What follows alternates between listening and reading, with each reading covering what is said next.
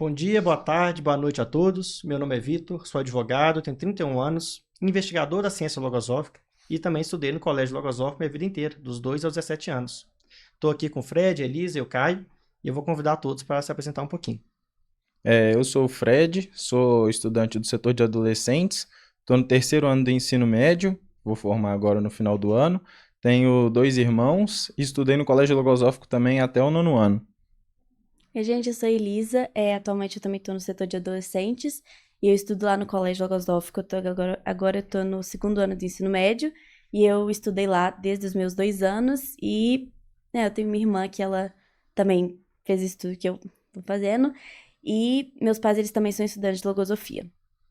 Olá, sou o Caio, sou empresário, estudante da ciência logosófica, docente da Fundação Logosófica. Tive o prazer também de estudar no Colégio Logosófico igual vocês. E muito feliz de estar aqui hoje nessa oportunidade. Bem, nós estamos hoje começando essa série de podcasts da Fundação Logosófica. Essa primeira temporada vai ser com o setor de adolescentes, do qual o Fred e a Elisa fazem parte. Então, antes de mais nada, eu queria convidar os dois para poder falar um pouquinho sobre o que é a ciência logosófica e o que é a Fundação Logosófica. Então, a ciência logosófica, ela é um estudo que a gente faz de si mesmo, e aí, logicamente, tem intercâmbios com os outros colegas, assim, do estudo, né? E, basicamente, é o processo de evolução consciente, onde a gente estuda o que a gente experimenta na vida e experimenta o que a gente estuda. Então, é uma ciência muito aplicada, porque a gente consegue não apenas estudar na teoria, mas viver isso na prática e colher frutos desse estudo na própria vida em benefício da gente. E é também um lugar onde a gente aprende não só a ver os desafios de enfrentar, saber enfrentar eles, mas tudo que acontece na nossa vida da melhor forma e procurar sempre evoluir e ajudar a humanidade e a nós mesmos. Bom, e a ciência logosófica foi criada por um humanista argentino, Carlos Bernardo González Pecotti, que nasceu em 1901, né? A ciência foi criada em 1930. Então estamos aqui hoje. O Caio chegou de surpresa aqui para participar com a gente, uma alegria. Uma alegria imensa estar aqui com vocês. E nosso tema inicial, ele é o ser humano e seu mundo interno, né? E o Fred até trouxe um pouco da questão da logosofia como uma ciência que permite o estudo de si mesmo, né? Buscando ferramentas para o autoaprimoramento. E eu considero que esse tema, né, do nosso mundo interno, do ser humano, ele é muito pertinente, talvez até o mais básico para poder consolidar os conceitos que vão ser, inclusive, apresentados nos próximos podcasts, né?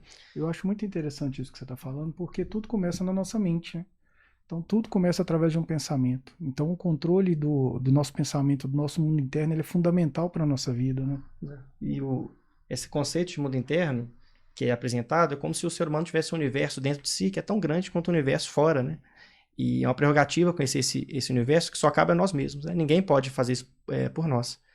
Dentro desse universo do mundo interno, tem aquela definição do ser humano como ser biopsico-espiritual, né? Eu queria que um dos dois pudesse falar um pouquinho sobre essa definição que é apresentado pela logosofia.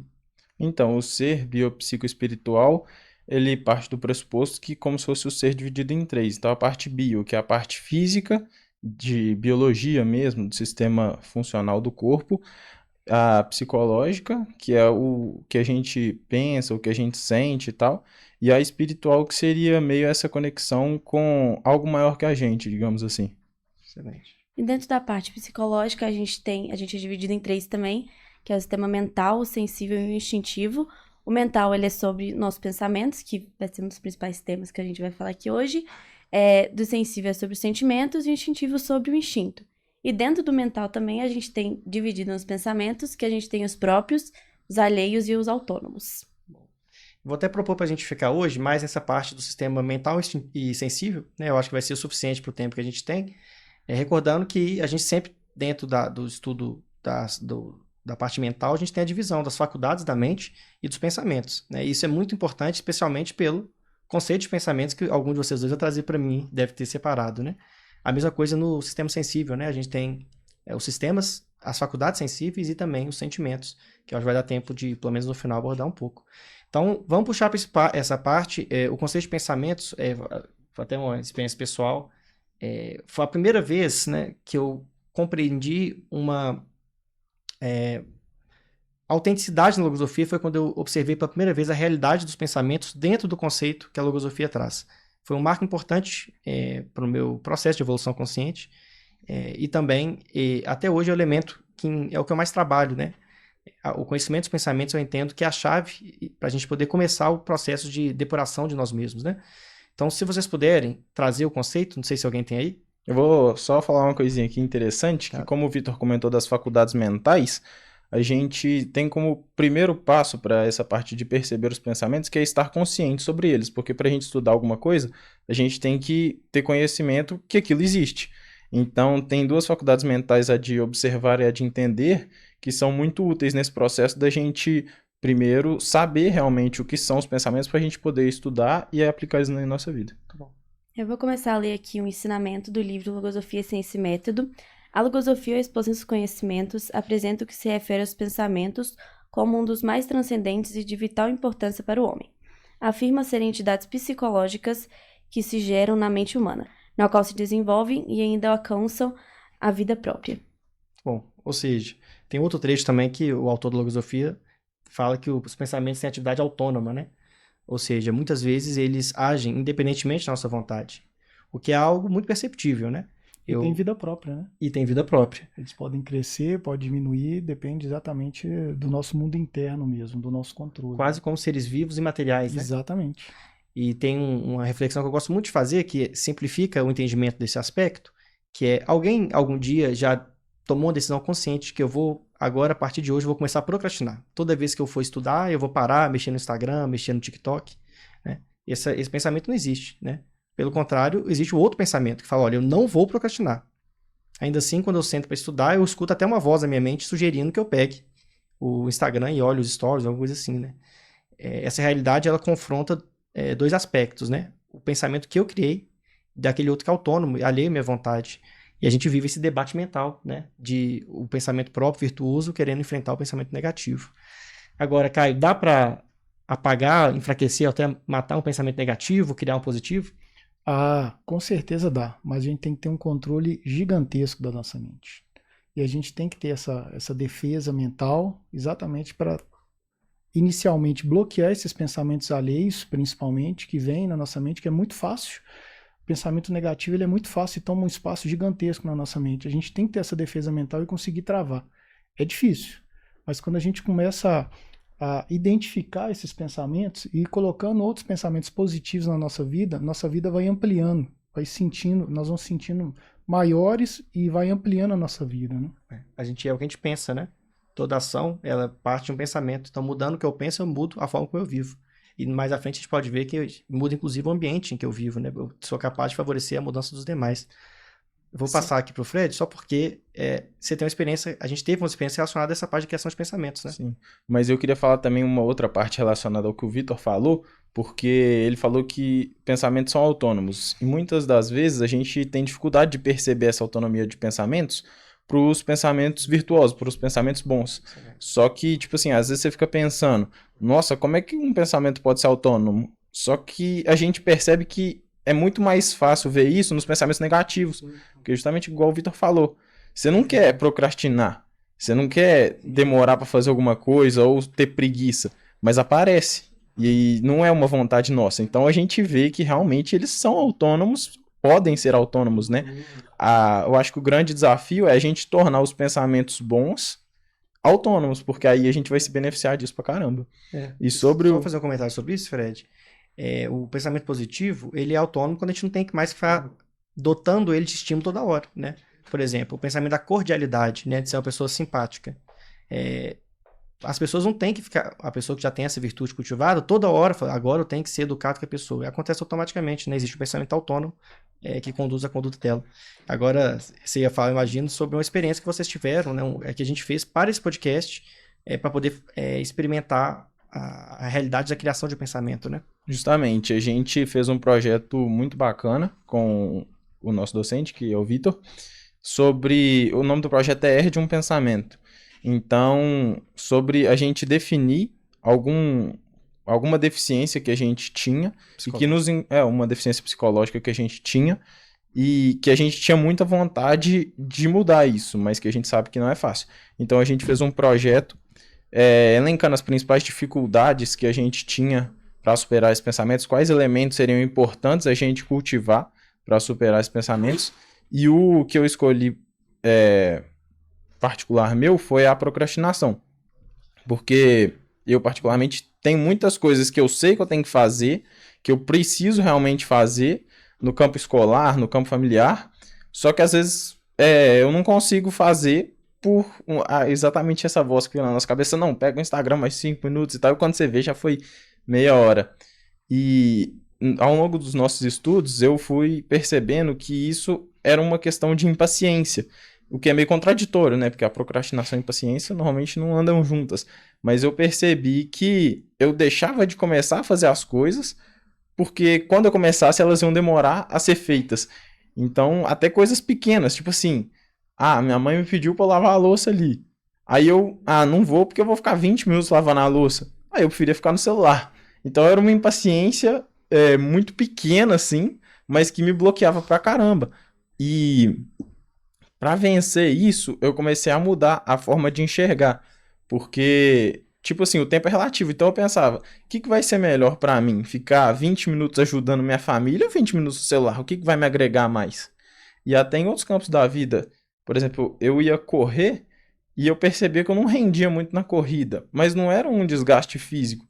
Era porque eu corria e eu ficava com preguiça realmente de terminar. Eu falei, vou ficar meia hora, 40 minutos aqui correndo. Aí eu comecei a virar a chave e pensar, não, é melhor eu ficar 40 minutos correndo, eu vou ter muito mais benefício para minha vida em questão de disciplina até em outros campos do que eu ficar 40 minutos no celular. Então aí eu comecei a direcionar para esse ponto. É legal que a gente intercambiou sobre isso, né? Também foi algo que eu aprendi com a logosofia, desde o início dos meus estudos, da gente buscar a causa das situações que a gente vive, né? E nada facilita mais buscar essa causa do que criar a aptidão de observar a si mesmo e aprender a observar quais sugestões dos pensamentos estão te dando para te levar a tal conduta, né? Então, no meu caso, a procrastinação também tinha como raiz a impaciência, o que não é o caso de muitas pessoas, né? E eu, observando a própria mente, comecei a ver esse argumento, falei, nossa, você sentava, vai ser 3 horas aqui, daqui a pouco você começa.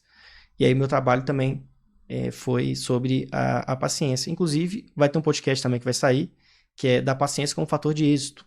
Vai ser o 3º ou 4º, que vai ser muito interessante. Mas queria escutar a Elisa e o Caio também sobre essa realidade da criação de pensamentos, né, de forjar a si mesmo. Igual isso que o Fred falou, é uma coisa que eu percebi há pouco tempo, mas que se você não for fazer por você mesmo, ninguém vai fazer. Então isso é uma coisa que eu sofria muito quando eu era mais nova, que era a timidez. Que eu sempre fui uma pessoa, nossa, muito tímida. Até que há um tempo atrás eu não estaria aqui hoje por conta disso. E eu percebi que se não fosse eu que fosse lá, vencesse esse pensamento que, nossa, quem é muito tímido sabe que isso aí é o maior atraso da vida, é isso. Que se eu não fosse lá e fosse fazer por conta própria, ninguém ia fazer por mim. Então, eu tive que ver que é o que a gente, no caso, a gente tá fazendo, que é ver as etapas pra gente conseguir criar esse pensamento. Que eu já vi o que eu tinha. Tipo, eu tinha, às vezes, alguns amigos que já me ajudavam nisso, mas eu poderia fazer mais e queria fazer mais. Então, eu usava isso como um incentivo. Então, e eu usava isso como tanto um incentivo quanto uma recompensa também. Se eu conseguisse, em alguma situação, conseguir falar mais e, enfim, conversar mais com as pessoas, eu ia ficar mais feliz. Ia, sei lá, fazer mais amigos. E isso serviu de incentivo pra mim. E hoje em dia eu tô zero o que eu era um tempinho atrás. Muito bom. Excelente. Eu tenho algumas deficiências psicológicas, como todos nós temos, né? E tem 2 que eu venho trabalhando assim arduamente, que é a impulsividade e junto com ela a irritabilidade, porque esses pensamentos negativos eles vêm sempre acompanhados, eles estão sempre de mão dada, né? E eu venho aprendendo com o estudo logosófico que a gente tem que conhecer, debilitar, bloquear e anular essas deficiências. Colocar sempre virtudes no lugar, pensamentos positivos, para ocupar a mente ali. E eu, por ser muito ligado na tomada, a impulsividade ela anda junto comigo. Eu tenho que ficar controlando sempre meus pensamentos. Então eu, por exemplo, que gosto de dirigir e tudo mais, sempre passa alguém de moto, passa um taxista, fecha e tal, vem aquele pensamento assim de querer falar alguma coisa e tudo mais, e já começa a controlar, porque eu sei qual que vai ser a minha reação lá na frente. Então, nesse momento, vem na minha mente exatamente assim, segura, porque você sabe o que vai ser. Porque imagina, uma pessoa impulsiva e começa a brigar, e aí começa a discutir com um outro motorista do lado, ou um rapaz que está dirigindo a moto, está trabalhando e tudo mais, para no sinal, vai ter uma discussão, pode ter uma briga. Então, quando a gente consegue controlar nossos pensamentos antes de ocorrer o fato, ele vai ser fundamental para a sua vida. Vai ser fundamental quando você começa realmente a conhecer, a debilitar esse pensamento negativo, você começa a bloquear essa deficiência psicológica, anular, e aí sim você coloca outro pensamento no lugar. O rapaz está desse jeito aqui, vai fazer uma entrega, eu estou indo para casa, eu estou tranquilo. Não é muito mais sensato pensar dessa forma? Eu não vou ficar muito mais feliz com o segmento da minha vida dessa forma, seguindo de uma maneira mais tranquila? Então, muitas vezes, a pessoa que é ligada nos 880 tem que baixar para os 440 de vez em quando para conseguir contornar as situações, porque toda hora tem um pensamentinho negativo, tem sempre um pensamento que seja de procrastinação, que seja de timidez, que é uma outra deficiência psicológica. Eu também era muito tímido quando eu era mais novo, tanto que eu brinco, na época do setor de adolescentes, quando a gente fazia teatro, eu brincava de ficar abrindo e fechando a cortina para não ficar aparecendo. E aí depois, com o tempo, eu quis participar e ser protagonista e tudo mais. Isso acontece com todos nós. É só a gente conseguir trabalhar esse pensamento negativo na mente de forma positiva que dá tudo certo. Puxando o gancho com o que o Caio falou, eu tenho uma experiência também que é sobre a irritabilidade. E é uma coisa que eu já venho trabalhando, acredito, mais de 4 anos. E hoje eu considero que eu já estou bem melhor do que antes. A experiência é que meu irmão, ele é 1 ano e 8 meses mais novo que eu, e ele brigava demais comigo. Ele me enchia a paciência. E eu sempre fui mais na minha. Mas aí ele ficava me estressando, às vezes começava a realmente me agredir fisicamente, e eu revidava. E aí a gente brigava de porrada mesmo e tal. E minha mãe não gostava nada disso, né? 2 filhos dela pequeno, eu com 12 e ele com 11 anos. E aí ela brigava com a gente e tal. E aí um dia eu tomei por decisão, assim, que eu vou parar de brigar com ele. Só que ele continuava. E eu pensei, eu não vou conseguir mudar ele. Não tem como. Então, velho, o que eu vou fazer em mim pra tentar diminuir esse atrito?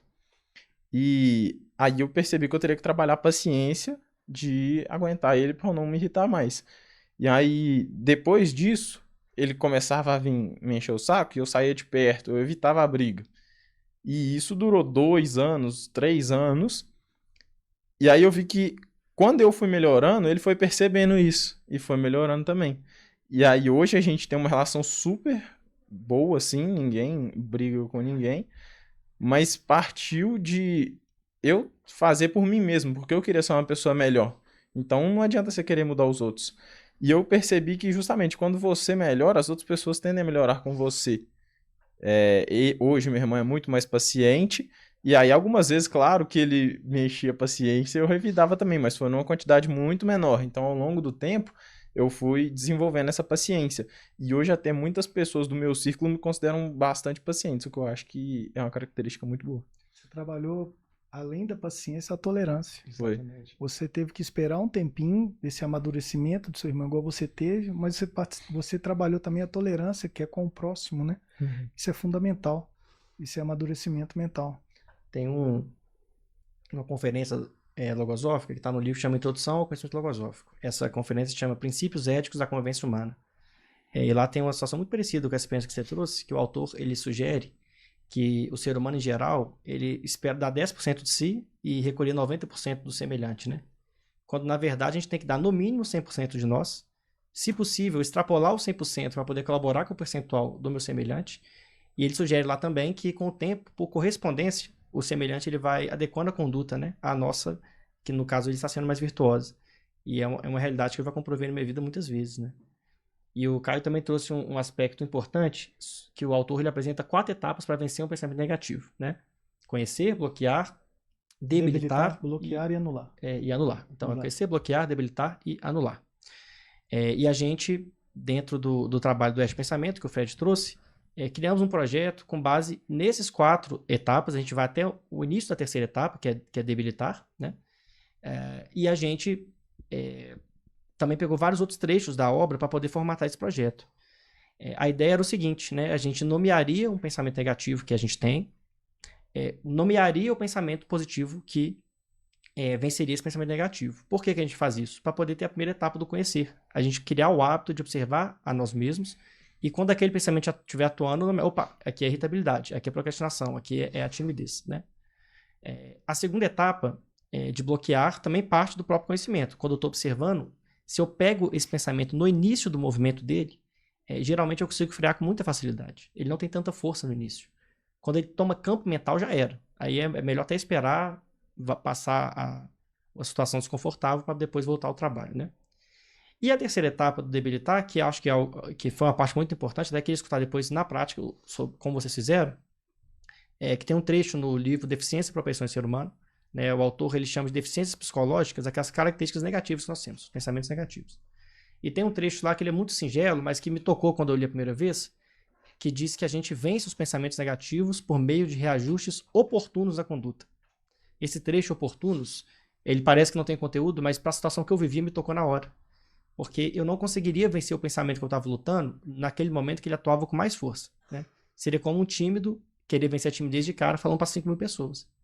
Eu tenho que encontrar os momentos que ele atua com menos força, né? No caso da impaciência, onde que é um momento bobo, um trânsito ou qualquer outra coisa, que é fácil eu conseguir vencer o pensamento, né? E repetindo isso, o pensamento vai se atrofiando, perdendo influência na minha vida e eu consigo dar espaço para o pensamento positivo. Eu sei que vocês fizeram isso, né? Vocês escolheram alguns momentos, então eu queria escutar um pouquinho sobre a experiência prática, como foi. Eu comecei identificando justamente o momento do dia, normalmente, que eu começava a procrastinar. Porque eu tenho um dia bem cheio, curso técnico, né? Então eu estudo de manhã e de tarde ainda. E eu percebi que durante essa etapa de estudo, eu era muito produtivo. Então, de manhã eu tinha aula, corrida, eu produzia, de tarde também, só que minha aula acabava 4h40. Depois desse período, eu procrastinava pra caramba, porque meio que como se meu dia já tivesse acabado e aí eu falava, não tem mais nada pra fazer, às vezes eu passava 2, 3 horas no celular. E eu identifiquei que a parte que eu mais preciso trabalhar é nesse período, de 4h40. Então o que eu fiz? Eu identifiquei depois onde que eu procrastinava mais. Então eu identifiquei que era no Instagram e no YouTube. Aí, uma das coisas que eu fiz mais práticas, eu limitei o meu tempo do YouTube para dar intervalo a cada 30 minutos. Então, de 30 em 30 minutos, se eu ficar 30 minutos direto, ele aparece lá o aviso para eu parar de ver. E aí eu coloquei para mim mesmo assim, ó. Eu vou tentar não mexer no YouTube durante a semana. Vou tentar mexer só no final de semana. Que eu ia continuar, digamos assim, com esse prazer, só que eu ia colocar uma regra para ele. E aí eu falei, durante a semana eu tenho muito mais coisa pra fazer. Se eu quiser ver meus vídeos, eu assisto eles no final de semana. E aí depois eu peguei e pensei em todas as coisas que eu queria fazer pra alocar nesse período depois da minha aula. Então, por exemplo, coisas que eu tinha vontade de fazer, mas que no momento de procrastinação se tornavam menos importantes do que assistir YouTube. Um hábito que eu queria criar era de leitura. Que eu tenho muito interesse em ler vários livros, e aí eu selecionei alguns livros que eu tinha muita vontade de ler e falei, na hora que der o pensamento de pegar o celular para ver no YouTube, eu vou pegar o livro. E aí eu fiz um esforço lá, comprei um Kindle, que também eu acho que é muito bom para leitura, e aí foi uma das coisas que eu comecei a fazer. Por exemplo, acabava minha aula, eu ia pro meu quarto, dava o pensamento de pegar no telefone, eu pegava o livro e lia. E aí já é uma mudança de hábito muito grande. Então, no início, foi difícil e tal, mas teve dia de eu ficar 1h, 1h30 lendo. 1h30 lendo. E a partir daí eu fui começando a desenvolver outras atividades nesse período. E aí eu tive como primordial fazer uma coisa que fosse mais fácil, digamos assim. Então, para mim, ler era mais fácil. Aí eu precisava fazer uma outra coisa mais difícil. Então, depois que eu lesse, ficar, sei lá, uma semana conseguindo ler, eu colocava uma outra tarefa mais difícil. Tipo, eu vou ter que fazer um trabalho aqui. Normalmente eu deixava o trabalho para fazer de última hora. Falei, não, agora eu vou fazer o trabalho agora. Então é uma tarefa mais difícil. Às vezes, eu preciso ligar para alguém para resolver algum problema. Então eu ia aumentando a escala de dificuldade dessas tarefas. E aí eu consegui dar certo, digamos assim, e parar de perder meu tempo no YouTube, fazer coisas produtivas. Excelente. O que você falou me lembra também de um outro elemento, que é aprender a correlacionar a minha capacidade atual com o esforço ao qual me proponho, né? se eu me proponho um esforço muito maior que a minha capacidade atual, eu até consigo uma semana, 2, mas depois minhas energias esgotam, né?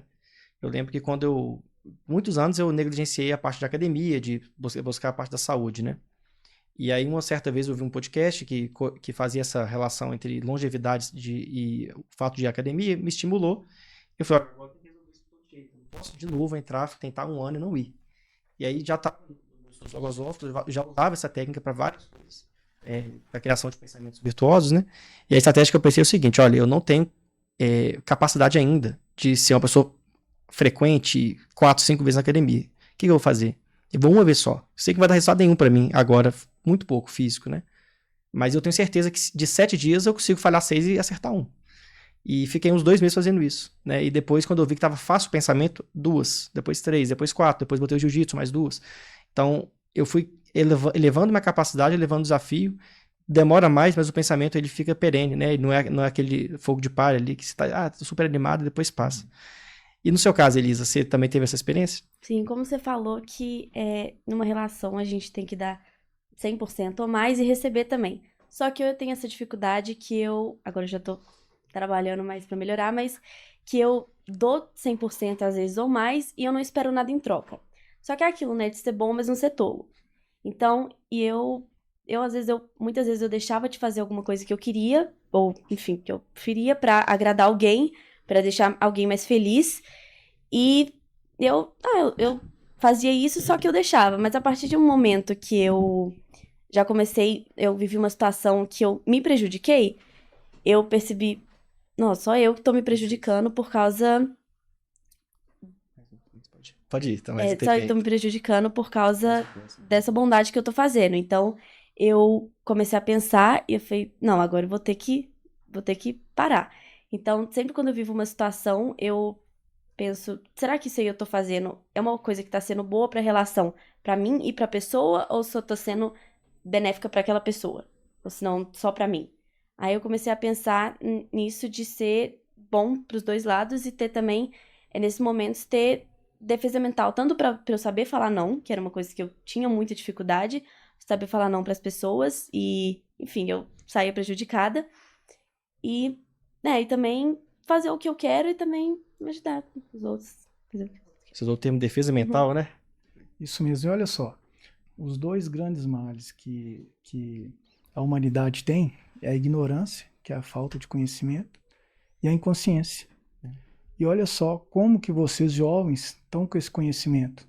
Como que está ampliando a vida de vocês esse conhecimento. Vocês já estão conseguindo conhecer esses pensamentos negativos que estão passando na sua cabeça e trabalhar em cima deles. Isso é fundamental. O conhecimento ele amplia nossa mente, amplia nossa consciência e realmente ele amplia a nossa vida. E é exatamente isso que a gente está aprendendo na logosofia, né? E o termo defesa mental que ela usou, quer explicar, cara? A defesa mental é como se fosse um soldadinho que fica na nossa mente, né? Então ele fica lá tentando nos ajudar diariamente, a cada hora, a cada segundo, e a gente tem que dar alimento realmente para ele. Mas como é que nós vamos fazer com os pensamentos negativos? A gente vai diminuindo a quantidade de alimento que a gente vai dando para ele e aumentando a quantidade de alimento para o soldadinho para ir brigando com eles. Isso fazendo uma analogia para ficar mais fácil o entendimento. Então, quanto mais força a gente dá para a busca desse conhecimento, para tentar bloquear aquela procrastinação e a gente realmente buscar a leitura, igual o Fred trouxe, buscar ampliar a nossa mente com conhecimentos do mundo transcendente, principalmente nesse mundo metafísico, ele é fundamental para o nosso crescimento. E aí realmente a gente vai conseguir bloquear todos esses pensamentos negativos que vêm. Então é muito importante a gente conseguir dar alimento realmente para essas defesas mentais. E a gente só consegue isso buscando conhecimento. E esse soldadinho, né? É um pensamento positivo, Isso que mesmo. inicialmente ele depende do nosso estímulo, da mobilização da nossa vontade, mas com o tempo ele se torna autônomo, tal qual os negativos, né? E vocês tiveram... Essa é a última pergunta da sua parte mental, depois a gente ir um pouquinho para sensível antes de fechar. Mas vocês chegaram a viver a experiência do debate mental que a gente falou? Porque, para mim, uma das partes mais interessantes do trabalho é quando eu observo a mim mesmo, observo minha mente e vejo que está tendo uma argumentação de um pensamento, né? Ah, não, é só rapidinho, pegar o Instagram 5 minutos, depois vai dar certinho, meio de 30 aí eu começo a estudar.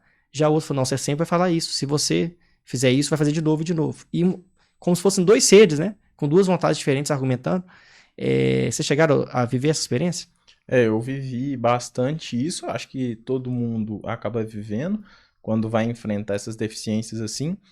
E eu usei para vencer isso uma coisa que até a logosofia fala, que é tipo assim, para criar um pensamento você pode ter uma aspiração, uma necessidade. Então eu criei essa necessidade para mim. Então eu me enxerguei num futuro e eu pensei, o que que eu preciso ter para eu alcançar esse futuro que eu quero e ser bem sucedido nele, digamos assim. Então eu sabia que eu precisava ser uma pessoa disciplinada. E aí eu usei isso como objetivo de uma necessidade para eu ter aquele pensamento. E aí nessa parte de criação do conflito que o Vitor falou, eu percebi nitidamente que, tipo, quando eu ia pegar o celular, ficava, ah não, assiste um vídeo no YouTube, ah não, vai ler, vai ser melhor para você. E eu optei por fazer algo mais rígido, só que uma coisa rígida com uma coisa que eu ia gostar, justamente o livro. Mas eu falei, eu sempre vou fazer aquilo que eu me propor. Não vou nem ficar 5 minutos no YouTube. Porque se eu quero ser uma pessoa disciplinada, eu vou ser disciplinado, só que eu vou começar pelo mais fácil, que seria ler um livro, que pra mim era mais fácil do que fazer um trabalho, por exemplo. Mas eu optei por justamente nessa briga ser mais rígido. Então eu falo, não vou assistir YouTube, vou fazer outra coisa. Por mais que às vezes fosse algo que, entre aspas, eu também procrastinaria, mas seria algo, um passo a mais Com certeza. para sair do YouTube e do Instagram.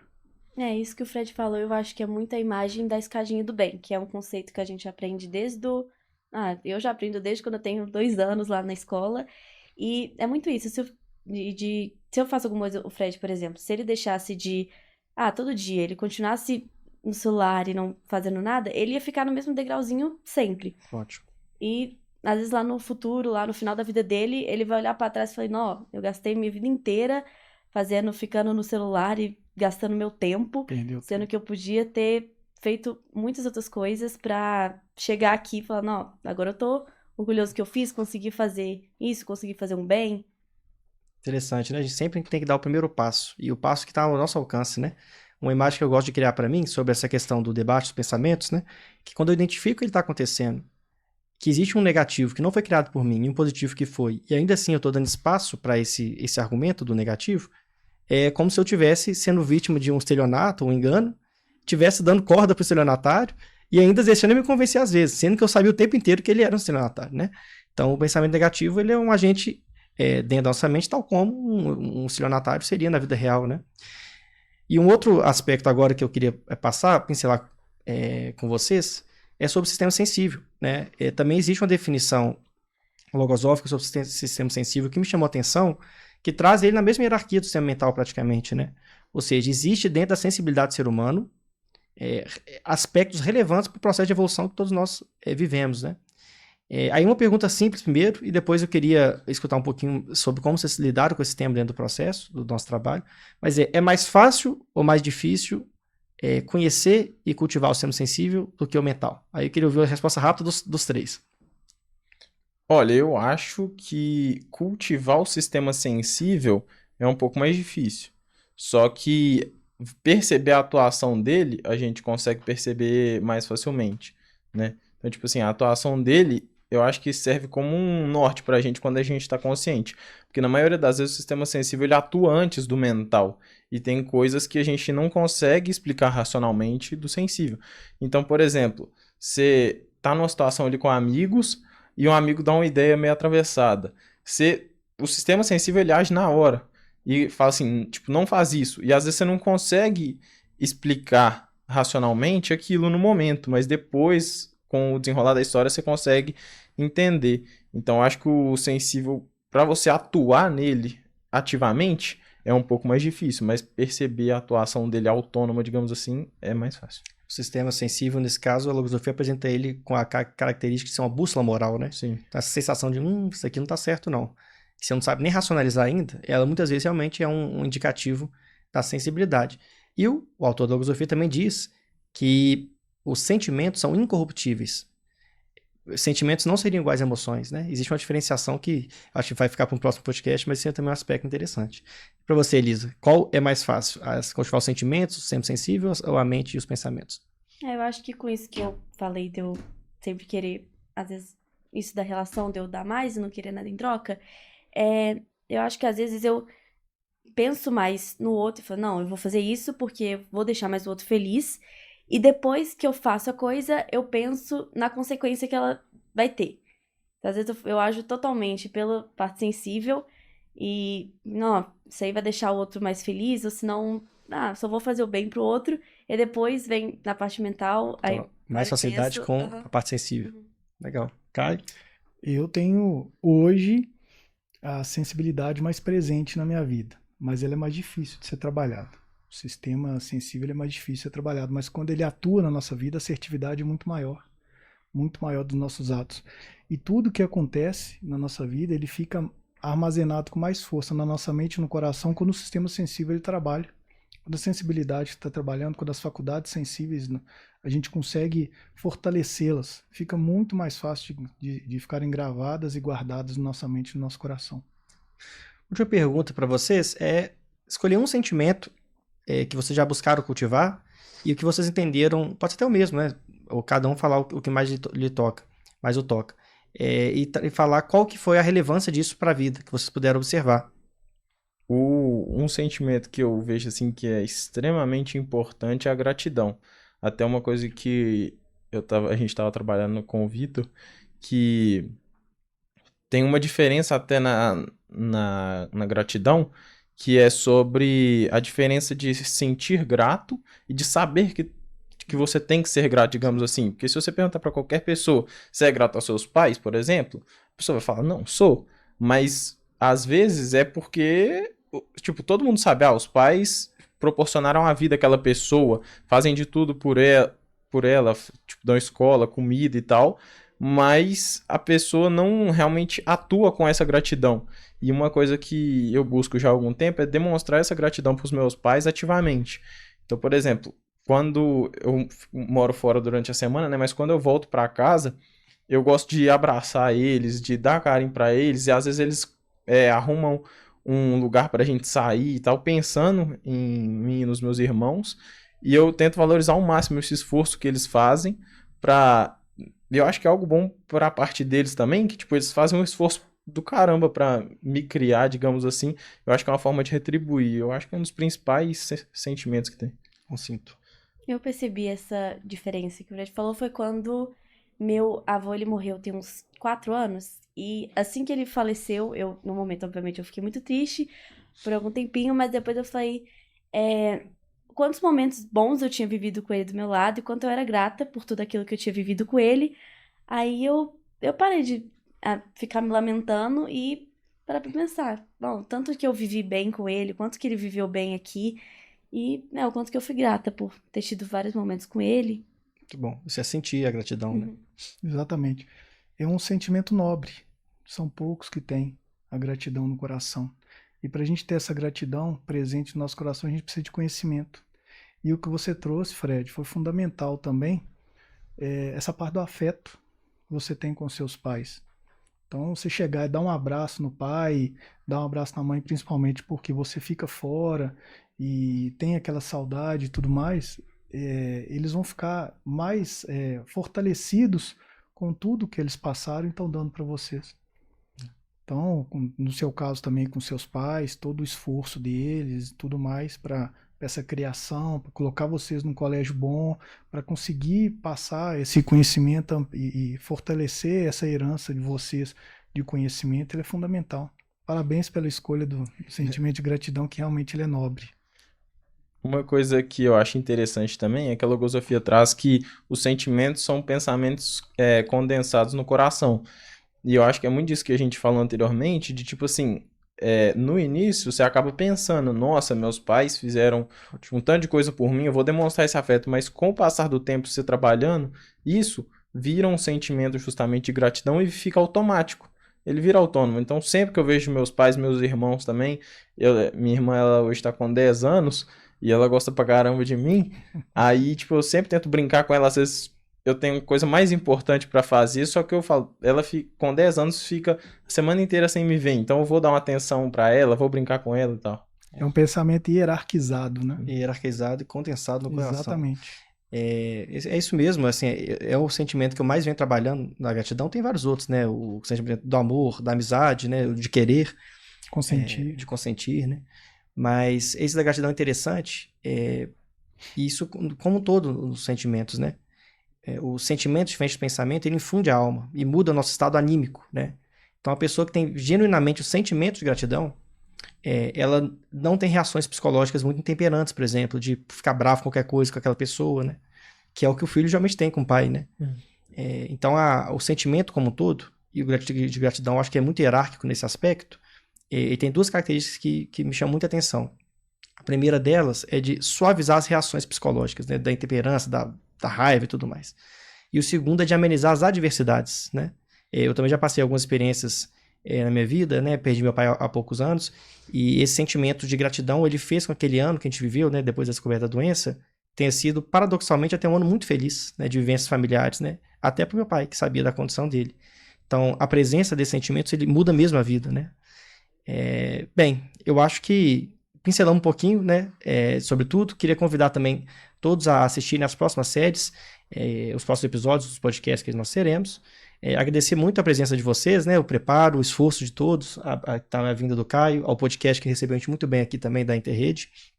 E abrir para considerações finais, caso queiram fazer. Eu achei muito bom também esse projeto de fazer os podcasts. Queria agradecer ao Vitor e o Caio pela iniciativa, porque justamente, volta ao que eu falei lá no início, é uma ciência que se aplica na nossa vida. Então, esse projeto que a gente fez de preparo para o podcast realmente está me trazendo muitos benefícios na minha vivência cotidiana, e eu acho que é um estudo muito produtivo, porque justamente a gente consegue usar em todos os âmbitos da vida. Muito obrigado. Eu gostei muito também desse projeto, né, da experiência que a gente está fazendo. E é bom também que isso chegue para mais pessoas que também têm essa experiência que eu e o Fred a gente tem desde pequeno.